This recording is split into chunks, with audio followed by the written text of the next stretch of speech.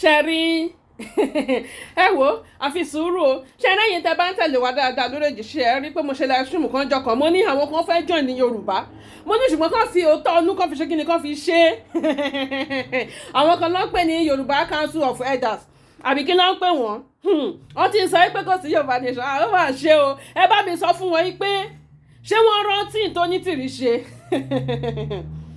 ṣé wọ́n rántí níbo náà ṣe dé níbo náà bàjẹ́ dé ẹ̀rí pé àwọn gan ṣe kí ni wọ́n forí sọ́pọ́n ẹ̀yin tó ń pè ní Yorùbá Council of Elders I don't know you and I don't want to know you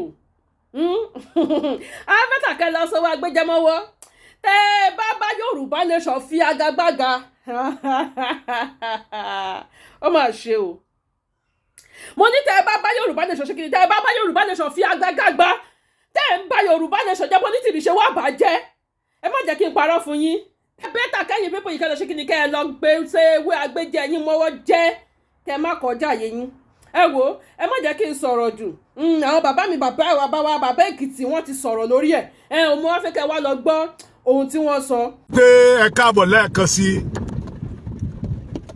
ẹ kú déédéé wòyí gbogbo ọmọ Yorùbá àánú Ọlọ́run àti ìfọ̀kànbalẹ̀ Ọlọ́run yóò wọnú ayé wa aburú ó kéré ó tóbi ni kò ní jẹ́ ìpín wa o nínú ìdààmú ìpòrúurú ọkàn tí ìran Yorùbá wà lọ́wọ́lọ́wọ́ adániwáyé máa mú wa jáde Olódùmarè máa mú wa jáde kúrò nínú ẹ̀ mo kí yín lẹ́ẹ̀kan sí ẹ̀yin bàbá mi àtẹ̀yin ìyá mi ẹ̀yin abiyamọ abọ̀já gbọ̀rọ̀gbọ̀rọ̀ ẹ̀yin tẹ́ ẹ dúró nídúró pé ìran Yorùbá ò gbẹ́dọ̀ jìyà ẹ̀yin tẹ́ ẹ ń káàánú àwa tá a wà ńlé bẹ́ẹ̀ ni mo kí yín lórúkọ bàbá Professor Banji Akíntóyè Chief Professor Stephen Adébánjí Akíntóyè mo kí yín lórúkọ bàbá yẹn di àrólé Awólọ́wọ̀ mo kí yín lórúkọ Májàsọ́lá Aníyìkáyé ààrẹ Báṣọ̀run of Yorùbáland Ìbà Sunday Adéníyì Adéyẹmọ tí gbogbo wa mọ̀ sí Ìgbòho Òòṣà mo kí yín lórúkọ gbogbo àwọn àgbà àwọn àgbà amájẹ́ ó bàjẹ́ oríṣiríṣi àgbà lání àgbà agarawa ń bẹ àgbà agaramọyán ń bẹ àgbà kí ìjòkó mọ̀ ṣòfò náà ó ń bẹ bọ̀tẹ́ àwọn àgbààgbà tẹ́mi ń kí l'Amẹ́ríkà ní London ní Canada ní Europe ní káàkiri lórílẹ̀‐èdè Yorùbá fún ara rẹ̀ àwọn àgbà dáadáa tí wọ́n fẹ́ fẹ̀yìn tó dára lẹ̀ dé àwọn ọmọ wọn tí ń tó ṣẹlẹ̀ sí ìran Yorùbá lọ́wọ́lọ́wọ́ tí ò tẹ́ wọn lọ́rùn mo kí yín o àárín yín pẹ́ aburú ó kéré ó tóbi kò ní ṣẹlẹ̀ sí yín mo fi àkókò yìí dárò fún ìkan nínú àwọn bàbá wa tó jẹ́ ìpè Olódùmarè Bishop Oyèmádé Macaulay iwájú tó kojú sọ kò ní bàjẹ́ ẹ̀yìn tó filẹ̀ ò ní bàjẹ́ o nípa òógùn àwọn akọni tó ti lọ orílẹ̀-èdè Yorùbá máa dúró ẹ̀yin Yorùbá náà lẹ máa ń sọ̀rọ̀ ọ̀hún ẹlágbà òsì ìlú bàjẹ́ baálé ilé kú ilé dahoro àgbà òsì ní ìlú bàjẹ́ baálé ilé kú ilé dahoro bẹ́ẹ̀ ni ẹ̀yin àgbà Yorùbá náà lẹ tún pa á lòwe wípé àgbà yìí wà lọ́jà kórí ọmọ tuntun ó wọ́ ìyẹn àgbà tó bá dára ìyẹn àgbà tó ṣe é fi yangàn ìyẹn àgbà tá a lè fọwọ́ ẹ̀ sọ̀yà bíi bàbá Professor Banji Akíntóyè àwọn àgbà tó ṣe é fi yangàn pé àní bàbá kan bàbá àrà tó mọ iyì ọmọ kì í ṣe bórú àwọn agaramọyan YCA Yorùbá Council of Elders àgbà yahoo ni wọ́n the Yorùbá Council of Elders mo ní mò ń bọ̀rọ̀ bọ̀ eégún aláré ní ìtìdé tí wọn ò bá já ewé gbẹ́jẹ́ mọ́wọ́ ìkọ̀ọ̀kan ni máa dárúkọ gbogbo wọn lè báyé wa jẹ́ wọn lè balẹ̀ Yorùbá jẹ́ the Yorùbá Council of Elders wọ́n gbéra wọn dìde láti báyé Yorùbá jẹ́ ni because ẹnikẹ́ni tó bá ti dìde nírú àkókò tá a wà yìí gẹ́gẹ́ bí ojúlówó ọmọ Yorùbá ẹ má bínú mi ò rí orúkọ yín bí ẹ ti ń wọlé iṣu ọmọ jiná fún yín jẹ ẹni mọ̀ kóró nírú àkókò tá a wà yìí tá a bá rí àgbà Yorùbá kan tá a bá yìí rí àgbà Yorùbá kan tí ń dárúkọ restructuring pé our stand is restructuring of Nigeria àgbà ya ni àgbà mọ́tò lé ni àgbà kìlú ó dahoro ni àgbà apanilẹ́kún ni àgbà afọmọ ọlọ́mọ rúbọ ni èmi á máa pè wọ́n ní àgbà yahoo olè ni wọ́n olè ni wọ́n. The Yoruba Council of Elders wọ́n fẹ́ jẹ ọmọ Yorùbá lólè ni. The Yoruba Council of Elders wọ́n fẹ́ kó ọmọ Yorùbá ní ìgbèkùn ni. The Yoruba Council of Elders wọ́n fẹ́ sọ Yorùbá di laptop táwọn ọmọ ìsìn máa ń lò ẹ mọ̀ bó ṣe máa ń tẹ̀ wọ́n fẹ́ máa tẹ̀ wá kán máa fi wá yàwó kí mú gùn àwọn ìjọba Nàìjíríà máa sanwó fún wọn. Ẹ rò pé wọ́n tẹ́tí ìjọba ni wọ́n tẹ́tí ìjọba o. We must restructure this country. We must restructure this country. What we need now is to restructure this country. And through federalism, that constitution, we must amend 1999 constitution. The minute you give us the constitution, we must amend it. Ìrọ̀nà pa. Àwọn bàbá tó bẹ̀rẹ̀ lánàá. The Abraham Adesoya, bẹ́ẹ̀ kọ́ra Ransome Kuti, Baba Gani Fáwẹ́hìnmí, kọ́lọ́run ó dẹlẹ̀ fẹ́ ní ire, ìkúdí bàbá mi tó yìí wà láyé, Barrister Fẹ́mi Fálànà, sáà, wọ́n pariwo títí. Àwọn náà ń gbà lẹ́nu àwọn bàbá wọn ní, àwọn yẹn ń pariwo restructuring, nígbà tí restructuring ò tí ì kú. Nígbàtí Nàìjíríà gò tí ìdólóògbé wọn ò rí gbà ká bá wa sọ pé àwọn tó ń pe restructuring because of their net money they are broke wọ́n fẹ́ máa fi Yorùbá tẹ laptop wọ́n sọ Yorùbá di laptop nígbà tó ọmọ Yahoo bá lọ ra laptop tó ń tẹ̀ tí mú tí ta ní ṣe Mugu ní àbí Maga wò pé Maga ti sanwó we should not allow them. ẹ jẹ́ ń bi wá ní ìbéèrè kan ẹ̀yin ọmọ Yorùbá. The Yoruba Council of Elders. Mo mọ orúkọ olórí wọn. Mo mọ ẹni tó dálẹ̀. Mo mọ bí tó ti ń ṣèpàdé. And we know their mission. Their mission is to attack Baba Prophet Banji Akintoye. Because ìlú tó gbé lẹ̀ fún Baba Akintoye. Kí Baba Akintoye náà máa bá wọn pariwo restructuring. Baba ní rárá. Ẹ jẹ́ ká gba orílẹ̀-èdè wa. Ìkan nínú wọn tẹ̀ dìde. Ó lóun fi ọdún méjì ju Akintoye lọ. Ìgbà tó fọdún méjì ju Akintoye lọ. Tí memory card orí yín tí ò ṣiṣẹ́ bí Baba Akintoye ńkọ́. Ìgbà tó fọdún méjì ju Akintoye lọ. Tí brain box yín ò ṣáná bí ti Baba Akintoye ńkọ́. Set of people olè ni wọ́n. The Yoruba Council of Elders. The Yoruba Council of Elders. Ìbéèrè tí mo fẹ́ bi gbogbo àwọn ọmọ Yorùbá rèé. Láti ìgbà tó ti ń pa tí Fúlàní ti ń pa ọmọ Yorùbá. Ẹ jọ̀ọ́ mélòó nínú wọn ló jáde síta tó condemn the killing of the Yoruba indigene in Yoruba land. Nígbà tí Fúlàní ti yabo ilẹ̀ Yorùbá tó ń pa Yorùbá bí ẹni pẹran. Bóyá ẹ rí headline newspaper kan tó gbé jáde pé the Yoruba Council of Elders, the Yoruba Council of Elders and the Afenifere, the àgbà Yahoo group in Yoruba land, tó jáde síta tó condemn the killing of the Yoruba indigene in our Yoruba land ni o. Kì í ṣe pé kì í ṣe àwọn ọmọ Yorùbá tó wọ́n lọ sájò wọ́n lọ pa wọ́n nílẹ̀ onílẹ̀ o nílùú bàbá wa níbi tó forí wa sọlẹ̀ sí. That our origin tí wọ́n fẹ́ gbà lọ́wọ́ wa mélòó nínú wọn ló jáde síta. Ohun tẹ́ máa gbọ́ ni wípé tẹ́ máa jáde síta. We are not in support of Yoruba nation.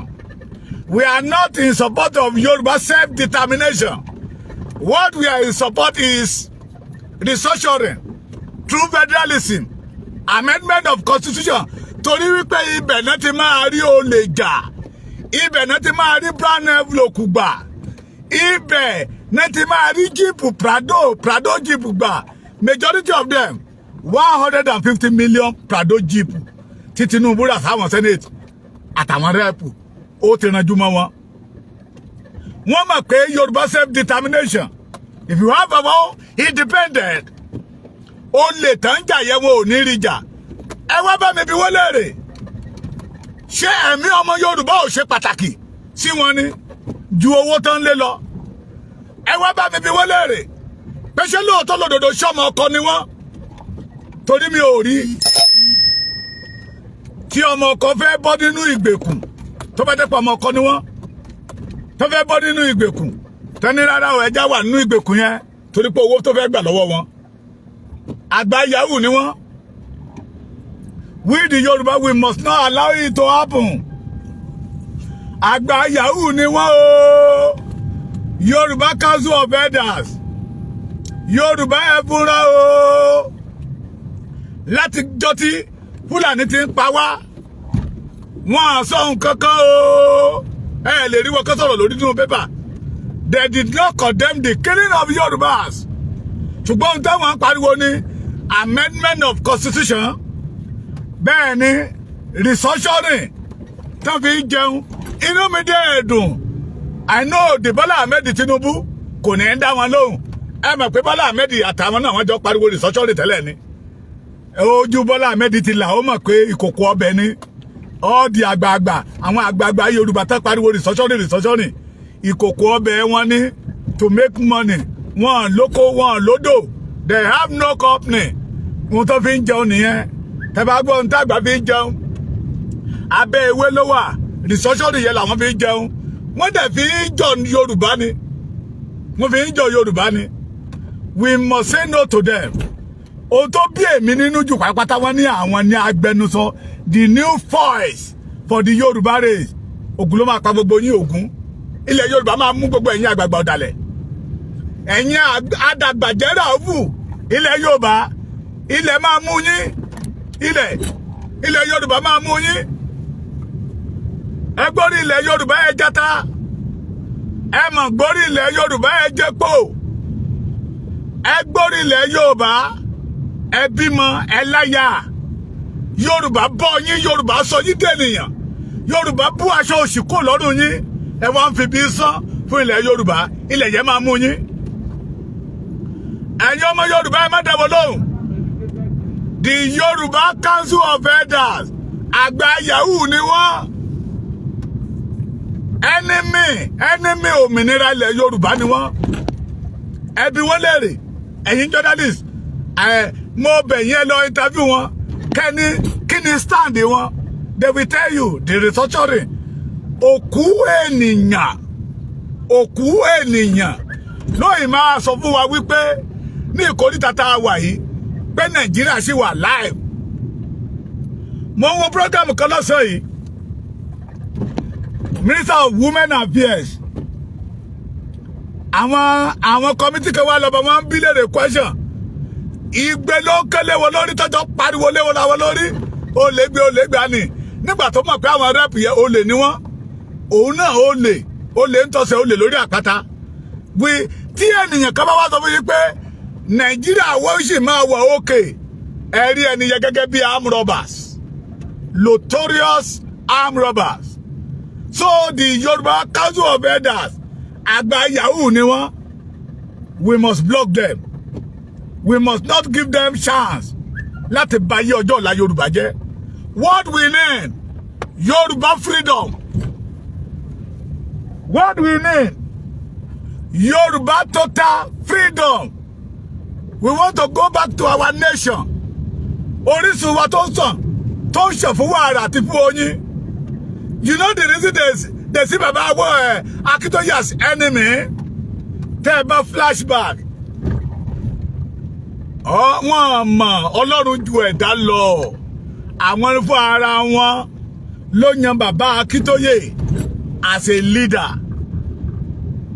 The Yoruba Council of Elders náà bí kí Baba Akintoye tẹ́ bá bí kan nínú wọn léèrè sí today á lóun ló ń gbé bàbá wá àjẹ́dà òun ni Baba Akintoye ń lò. Baba Akintoye dẹ̀ sọ fún wọn pé ọmọ ẹ̀ kíní kan ò bọ́mọ yẹ mọ́ aṣọ ò bọ́mọ yẹ mọ́ ọmọ yẹ ti rìn wòwò ìwọ́jà rìsọ́ṣọ́rì ò bá Nàìjíríà mọ́ Nàìjíríà ti kú rìsọ́ṣọ́rì ti sá lọ wọ́n wá rí bàbá yẹn gẹ́gẹ́ bí ọ̀tá pé ó dín ìkòkò ọbẹ̀ wọn ó ń di lọ́wọ́ àwọn Yorùbá Council of Elders àwọn fúnra wọn ló pè kí bàbá Akíntóyè because they know that baba know the history a professor of history and baba close to baba Awólọ́wọ̀ ọmọ ni bàbá jẹ́ fún bàbá Awólọ́wọ̀ they want to use bàbá Akíntóyè láti máa gbá ọmọ Yorùbá but as God will have it ìgbà tí bàbá débẹ̀ bàbá yí ìlú padà tẹ́ bá gbọ́ nínú interview wọn gbà yẹn lọ ní 2022 pé iṣẹ́ tí àwọn ará Akíntóyè kọ́lá Akíntóyè ń jẹ́ torí tó fi Akíntóyè joyè tó fi Akíntóyè jẹ́ leader àwọn kọ́lá Akíntóyè ń ṣe àwọn rò pé torí pé ó jẹ́ ọmọ Awólọ́wọ̀ á lè sọ̀rọ̀ dáadáa ẹ má gbàgbé bàbá náà sọ fún àwa nígbà tá a lọ sí Kútọ́nù pé ìkan lára àwọn olóṣèlú yín ọ̀jẹ̀lú yín ọ̀ràlú yín pé wọ́n pe òun pé kóun wá jẹ́ bàbá ìsàlẹ̀ pé wọ́n mọ̀ pé òun ló tún kù bí ọmọ Awólọ́wọ̀ tó lẹ́nu lẹ́yìn ìgbà tó ti pa bàbá wa Bọ́lá Ìgè òun ló tún kù bí ọmọ Awólọ́wọ̀ tó lẹ́nu pé tí pa Adébánjọ bá ti ń sọ̀rọ̀ kó náà máa sọ̀rọ̀ káríhùn gẹ́gẹ́ bí bàbá ló wá sọ fún wọn pé no òun ò practice politics mọ́ politics eléyìí tó ń bẹ practice láti save the Yorùbá land ni èrò ọkàn wọn ni pé bàbá máa bá wọn pariwo kẹ́ máa gbọ́ the Yorùbá Council of Elders wọ́n ti sọ̀rọ̀ tí Nàìjíríà ò bá rìsọ́ṣọ́ àwọn bá ṣe rìsọ́ṣọ́ ní Nàìjíríà àwọn ò ní gbà kí ìjọba of the day kó wá pè wọ́n sí meeting kí wọ́n ya owó lù wọ́n èyí tó máa gba Prado Jeep bàbá ni wọ́n promise òní Prado Jeep kó fi jẹ́ leader wọn torí pé bàbá yí ìlú padà mọ́ wọn lọ́wọ́ pé bàbá ló ń gbóhùn Olúwa látẹnu Awólọ́wọ̀ pé ó tó àkókò fún ìran Yorùbá láti bọ́ nínú ìgbèkùn ohun tó fi sọ bàbá yẹn di ọ̀tá nìyẹn so the Yorùbá Council of Elders YC wọ́n fẹ́ gbá wa ni o wọ́n fẹ́ fọmọ Yorùbá wọ́kẹ́ wọ́n fẹ́ fọmọ Yorùbá wọ́kẹ́ wọ́n ń ṣe agbẹnusọ fún ìran Yorùbá wọ́n ń ṣe agbẹnusọ abatẹnijẹ́ ìran Yorùbá ni wọ́n àtàwọn àtàfẹ́nifẹ́re ẹ má gbàgbé òwe tí mo fi bẹ̀rẹ̀ Yorùbá máa ń sọ wípé àgbà yìí wà lọ́jà kó rí ọmọ tuntun ó wọ́ kí ló dé tó fi jẹ́ wípé àwọn tó pera wọn ní àgbààgbà ilẹ̀ Yorùbá ìṣubú Yorùbá náà wá owó náà fẹ́ fi Yorùbá make that is what give Gani Adams tó fi lóun fẹ́ ṣe àjọ̀dún 30 years OPC nígbà tó mọ̀ pé àwọn àgbà tó yẹ kó kéka ìmọ̀ pé wo wá àmọ̀tẹ́ dáadáa ẹrú ni ẹ́ òun ṣọmọ Yorùbá orí ọ̀fẹ́ lórí gbà má balẹ̀ Yorùbá jẹ́ ìgbà tó jẹ́ pé àwọn tá a wò gẹ́gẹ́ bí ọmọ onílùú wọ́n fẹ́ bàlújẹ́ ni ìjọ wo lẹ rí tí Gani Adams ní náà sọ̀rọ̀ nípa pípa tí Fúlàní ń pa ọmọ Yorùbá ìbéèrè ni tó nílò ìdáhùn tí ì ṣe tọ̀tẹ̀ ká mú tọ̀tẹ̀ kúrò ká tó fi tọ̀tẹ̀ kú ìjọ wo lẹ rí kí Gani Adams jáde síta kó ní bó ṣe pa ọmọ Yorùbá kò dùn mọ́ òun nú nígbà tó jẹ́ pé ìran Gani ló ń pa ọmọ Yorùbá kò ní sọ̀rọ̀ ìran ẹ̀ ló pa wá lórí ilẹ̀ bàbá wa àwọn tó tún yẹ kẹta máa wò gẹ́gẹ́ bí àgbà tí a lè máa pè wọ́n ní ọmọ ọkọ kí láti ẹ̀ ń pè lọ́mọ ọkọ lẹni tó rí pé wọ́n fẹ́ bí ilé bàbá òun wó tó bọ́ṣọ lẹ̀ tó bọ́ṣọ kòtó lẹ̀ tó ní tó máa gbà la máa fún bíi Sunday ọmọ Adéyẹmọ Ìgbòho Òòṣà àbí bẹ́ẹ̀ kọ́ ṣùgbọ́n ẹni tó pa ilé tó ń wó ilé bàbá ẹ̀ lọ́nà àìtọ́ tó wò tó lọ sápamọ́ ọ̀tọ́ tó tún sọpọ́ọ̀tì àwọn tó ń wọlé bàbá ẹ̀ irú ẹni bẹ́ẹ̀ ọmọ àlè ni ọmọ kí ni mo pè ọmíhàn á lí è ọmọ àlè ni ọmọ àlè ní irú wọn. So we the Yorùbás we must say no to them àwọn tó pera wọn ní Yorùbá Council of Elders ó lè ní wọ́n o ó lè ní wọ́n lówó lọ́wọ́ wọ́n fẹ́ fi Yorùbá wọ́kẹ́ ni o ẹ má jágbà fún wọn o wọ́n lówó lọ́wọ́ mọ́ wọ́n fẹ́ fi Yorùbá mẹ́kì owó ti tẹ́ lọ́wọ́ wọn ni wọ́n fẹ́ bà yí ọjọ́ ọ̀la Yorùbá jẹ́ ni we must say no to them ẹ̀yin ọmọ Yorùbá Ọlọ́run ló máa mọ̀ if you have opportunity ask Baba Akintoye ask she said ọmọ Adéyẹmọ Ìgbòho ṣá ń tẹ́ ń ṣe kí ló tì í lẹ́yìn ìjọ tí mo tún bí ọmọ Adéyẹmọ lẹ́yìn pé bá ohun gbogbo tẹ́ ń ṣe yìí ó ní bàbá Èkìtì tí n bá sọ wípé ó yé mi bí mo ṣe ń ṣe kò yé mi ṣùgbọ́n mo mọ̀ pé Ọlọ́run ló rán mi ara iṣẹ́ tọ́lọ́run ní kí wá jẹ́ láyé ni to save the womankind to save the Yorùbá race ṣùgbọ́n àwọn wọ̀nyí wọ́n fẹ́ fi Yorùbá kówó ni wọ́n fẹ́ fi Yorùbá jẹun ni we must say no to them say no to them ó lè ní wọ́n ti rí pé Yorùbá ń lọ wọ́n wá lọ gbéra wọn jọ Fúlàní ló ń lò wọ́n they believe in one Nigeria kí mẹ̀kúnnù má bàa rí ayé gbé Yorùbá Council of Elders they believe in one Nigeria káyé ọmọ Yorùbá má bàa rí ojú let us say no to them please ẹjá kákọ̀ wọ́n káríwọ́ gẹ́gẹ́ bí àgbà yahoo ó lè yóò dára fún yín ojú òní tì yín o ẹ má gbàgbé ẹ wá Ọ̀rànmíyàn ó ṣe pàtàkì nínú ìrìn àjò tá a rìn yìí ṣé ẹ máa tí ọ̀tá ẹni ò bá ti máa ṣírí ẹni oríṣiríṣi ọ̀rọ̀ náà máa sọ tí ń bá lórí ọ̀fẹ́ lálẹ́ wọ́n sẹ́ndì fídíò Wálé Àlì sí mi á gbá èsì ọ̀rọ̀ ẹ̀ dáadáa ohun tí òye máa jẹ́ kó yé ọmọ àlè ni kò lólùmọ̀ràn gidi ara àwọn ọmọ àlè Yorùbá nìyẹn àwọn eléré ibú tó ń sọ fún wa wípé orílẹ̀-èdè Yorùbá ti dúró àti ń ra epo ní 800 820 tó dẹ̀ sọ fún wa pé orílẹ̀-èdè Yorùbá ti dúró ọmọ àlè ni wọ́n ṣe gbọ́ mi ẹjọ́ ẹ wá Ọ̀rànmíyàn ó ṣe pàtàkì ìlúkílù tẹ́ ẹ bá wà 10 ní ẹ máa bá wa fi sí yóò dára fún yóò jó òní ti yín Yorùbá a ó délẹ̀ ìlérí wa and we will survive by God's grace. God bless you.